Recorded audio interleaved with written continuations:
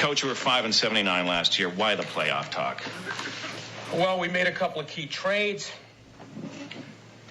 and we got the funk. Oh, well, glory be, the funk's on me, Bob. Keep that funk alive. Keep that funk alive.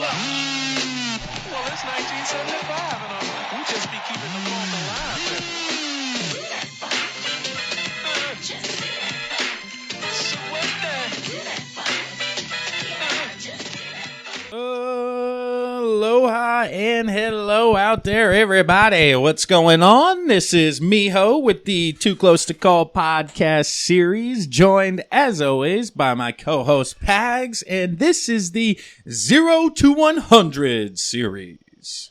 Real quick, 44, baby. We're rocking at 44. We took a little hiatus, and now we're back to rock ya with the number 44 all the way to 100. Dude, 44 is loaded. Loaded. And not necessarily in a local standpoint, but nationally, man, 44 is everywhere. We got a few local athletes that are not quite the names that the national number 44s are, but how do you want to go about this, Pags? You want to start out national and circle back to Philly and, or start with Philly and kind of lead into the more prominent national names? Yeah, let's rock the Philly quick, and then we'll work our way to the more prevalent names in history. All right, well, who do you have then locally as a 44? Did you have one that jumped out at you? 44, I had to confirm it, but it was sticking in the back of my mind. Probably one of the more renowned Philadelphia Flyers to be there while I was growing up watching the Flyers. Kimmo Timonen. He was solid. He was always that defender, a little smaller, but always could depend on him. It kind of sucked how his career ended with the Flyers, just injury prone, and then he goes off and wins a Stanley Cup with the Blackhawks.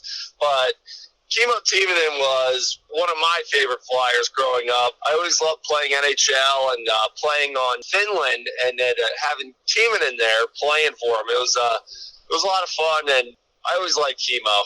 Yeah, for sure, man. And diving into his stats here, 8 years in Nashville and then 7 years in Philadelphia. And over 500 games, 38 goals. He was plus 44 with the Flyers. So that ever-steady defenseman is, what we were looking for when we acquired him. And it seems to be that's pretty much what we got, man. Averaging over 22 minutes of ice time here during his time in Philadelphia. So certainly that ever-steady veteran defenseman that we were looking for.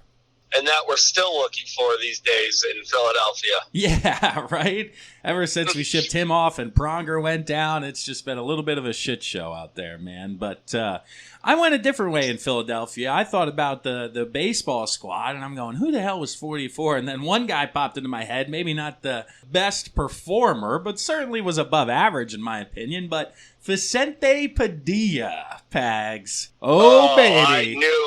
I knew you were going to bring that motherfucker up. Dude, I mean, listen to this. Stand him. Literally 49 and 49 with a 3.98 ERA. Like, that's about as average as you can get. That dude, you never knew what you were going to get out of him. He'd throw like 7 shutout innings, and then the next game he'd give up like 4 bombs to start off the first inning. It's actually very prevalent to what we see today in the Philadelphia Phillies rotation. Yeah, dude. I loved watching him throw. He had some nasty movement to his fastball, and when he was locked in, it was fun to watch. But you're right, dude. He was just one. It was more fun to say his name than it was to actually watch him play. I think another one of the 4 aces, Roy Oswald, he was only there for like 2-3 years, but he wore 44 for the Phils in those years. Kind of disappointing when he came over to Philadelphia. We thought we were going to have 4 guys giving shutout innings every night. He definitely was one of the more, I guess, average of the group in the 4 aces back in the day. Yeah, he had his stints, but I think you're right. He got hurt and kind of ran out of gas and wasn't there as long as they had hoped previously. But I do remember a few of his starts. being very, very good. And that, I think you're right. I think he did wear 44. But I couldn't think of anybody on the Birds, man. And, I did some research, and it wasn't because we missed anybody. Literally nobody's worn 44. So do you have anybody else in Philly, or are we now headed nationally? The one Sixer that I can think of, and it's kind of ironic that he wears this number, is Derek Coleman. DC. Okay, let's go. He was one of those guys that you kind of fucking forget about in Sixers history, but he was one of those guys that was just on the roster for all those years. And, kind of a Charles Barkley-esque player. Let's Fun see. to watch. The 6 years with the Sixers, man. Only averaged 13.9, down from his 20 a game with the Nets before he came to Philly. But, yeah, he was here, then he left, and he came back. So a couple of different stints with the Sixers. Good call, man. And it's ironic because 44, he went to Syracuse, and 44 is etched in history in Syracuse University. Every big-time football player coming out of that place wore a 44, which was kind of cool that he kept that going into the pros, even though he was a college basketball player. Yeah, Syracuse, 44. Wasn't it a bunch of running backs that wore that number? Yeah, I mean, I remember my dad had the fullback from Syracuse jersey, 44. But before that, you obviously have Jim Brown, who people consider the greatest athlete of all time. And then after that, Ernie Davis. You had the movie about Ernie Davis because no one really knew who Ernie Davis was nowadays. And everyone remembers Jim Brown. But Syracuse was pumping out fucking running backs left and right back then. Yeah, wow, dude. Okay, I was doing some research while you were talking there just to give the listeners a little bit of some accurate information.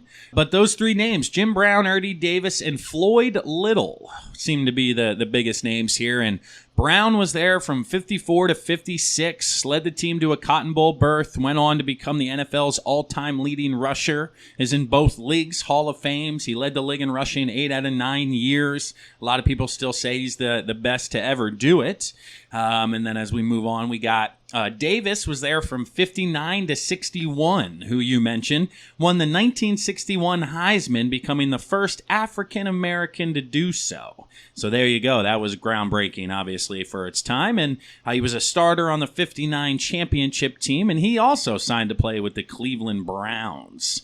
Let's see. And as we scroll, Little, a 3-time All-American. He was there from 64 to 66. So holy shit, that's a good 10, 13 years or whatever it is the hell I just read to you. But Sugar Bowl in 64, Gator Bowl in 66.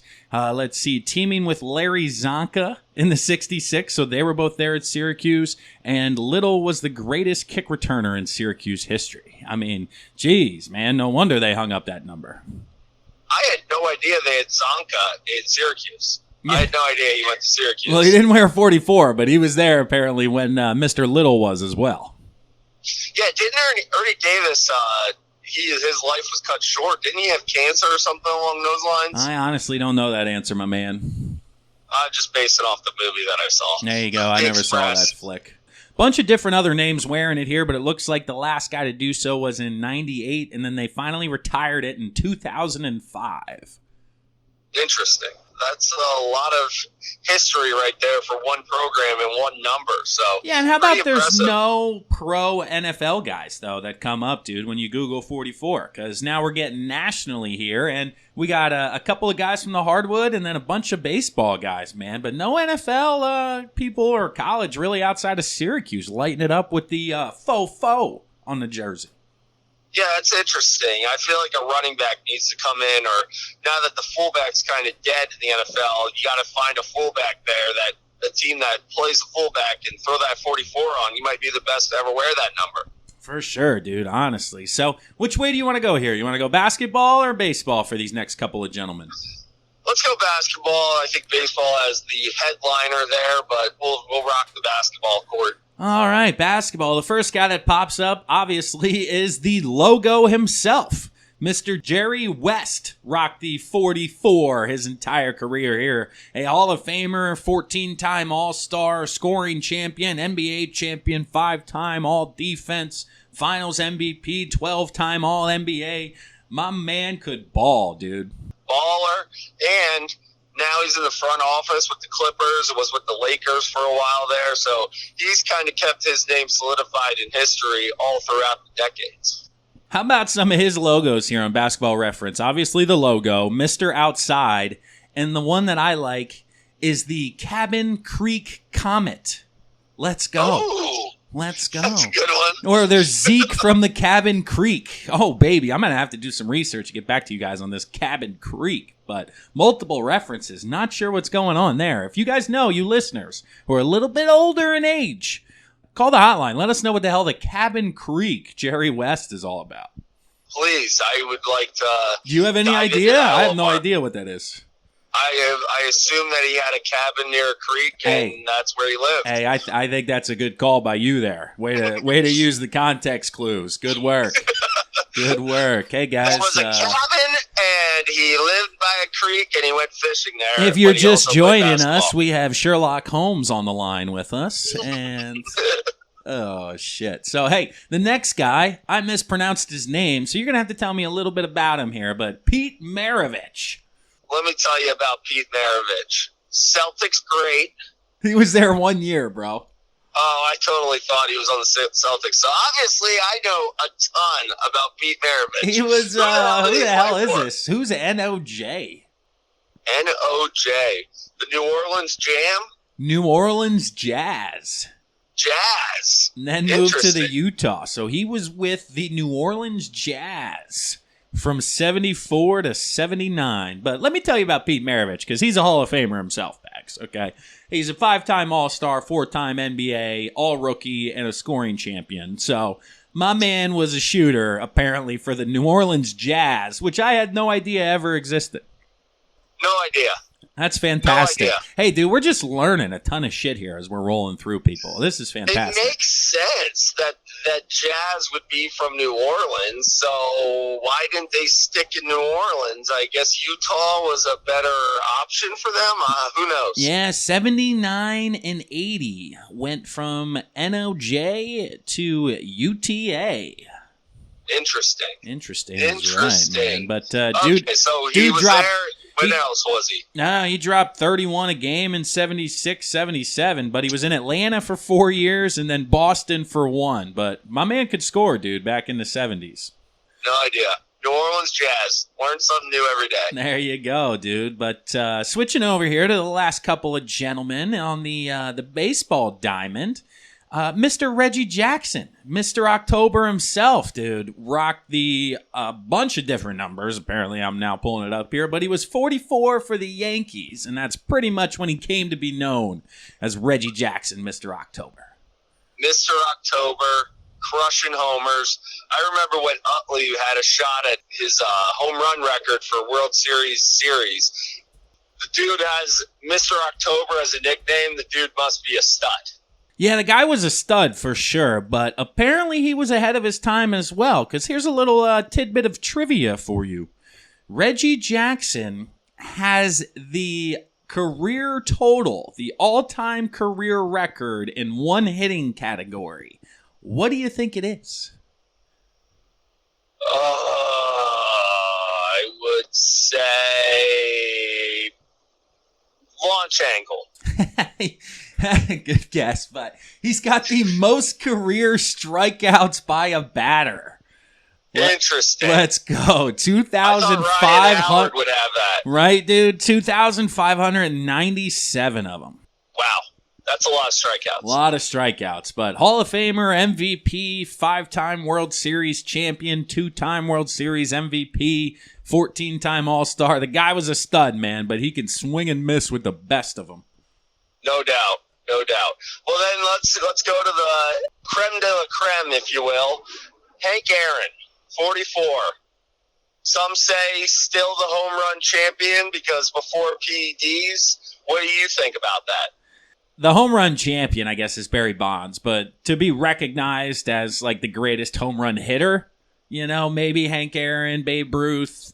I don't really give a shit when it comes to those all-time records, to be honest with you. It's It's one of those things. Eventually, somebody else is going to break it anyway. It's just a matter of time. One of these kids, or Mike Trout, sticks around for another 20 years and breaks these records. So eventually, they'll get broken by somebody, and it's just one of those. It's a matter of time for it to happen. But Hank Aaron, man, like you said, as I'm pulling up his stats here, 23 years, dude. 21 in Atlanta and 2 in Milwaukee at the end of his career. But he actually has a couple of records himself. He had the home run record, but now still has the most career RBIs, 2,297, as well as the most career total bases, 6,856 total bases. That's a shitload of bases. So many bases, dude. That is so many. Oh, my God. But, dude, just looking at this, MVP 3-5-3-3-5-1-3. So, like, even if he didn't win it, he was there every year. And home runs, once he started going, 44, 30, 39, 40, 34, 45, 44, 44, 39, 29, 44, 38, 47. Like, the guy just didn't take a year off, dude. Home runs, RBIs, and back then they hit the ball as well. I mean, 355 average, 323, 327, 328. It's just an all-around hitter, man. And that's where you'll just get the argument to where he's one of the greatest hitters and the greatest home run hitter. And yeah, Bonds hit more, but you know, everybody knows what the deal is, and whether you care or not, that's probably the side of the coin you're on. Yeah, if you're an Atlanta Braves fan, I guarantee you're still saying Hank Aaron's the greatest home run hitter of all time. Yeah, dude, it's pretty amazing that the same number, Hank Aaron, one of the greats of all time in MLB, and then the guy who's literally the logo for the NBA wore the same freaking number. Yeah, 44 was loaded. I'm interested to see what 45 brings us next episode. Yeah, seriously, man. But we had a couple of times there where we asked for some help from the audience. So call us up on the hotline. You can get the number in the description of this episode, or you can follow us on Instagram at Too Close to Call Cast, Twitter, Facebook. The hotline is on all of those platforms for you guys to call in and let us know more about 44 and a couple of the other comments we had earlier. We'd love to hear from you to see if we missed anybody. And I don't know, man. We just talked about a shitload of people, so. Yeah, and all you old heads, get on the hotline because we need to learn more about all these people. New Orleans Jazz. I need to know more about Pete Maravich. I need to know about the Cabin Fever, whatever, Cabin Creek. Yeah, there it is. Whatever the fuck his nickname is. Get on the fucking hotline and let us know about these people. And if you know any of the Eagles that wore 44, because we had no clue any of these people were. So please get on, hit us up, and we'll talk about it. And we will catch you guys next week with the number 45. Later. Peace. Coach, we were 5-79 last year. Why the playoff talk? Well, we made a couple of key trades, and we got the funk. Oh, well, glory be, the funk's on me, Bob. Keep that funk alive. Keep that funk alive. Well, it's 1975.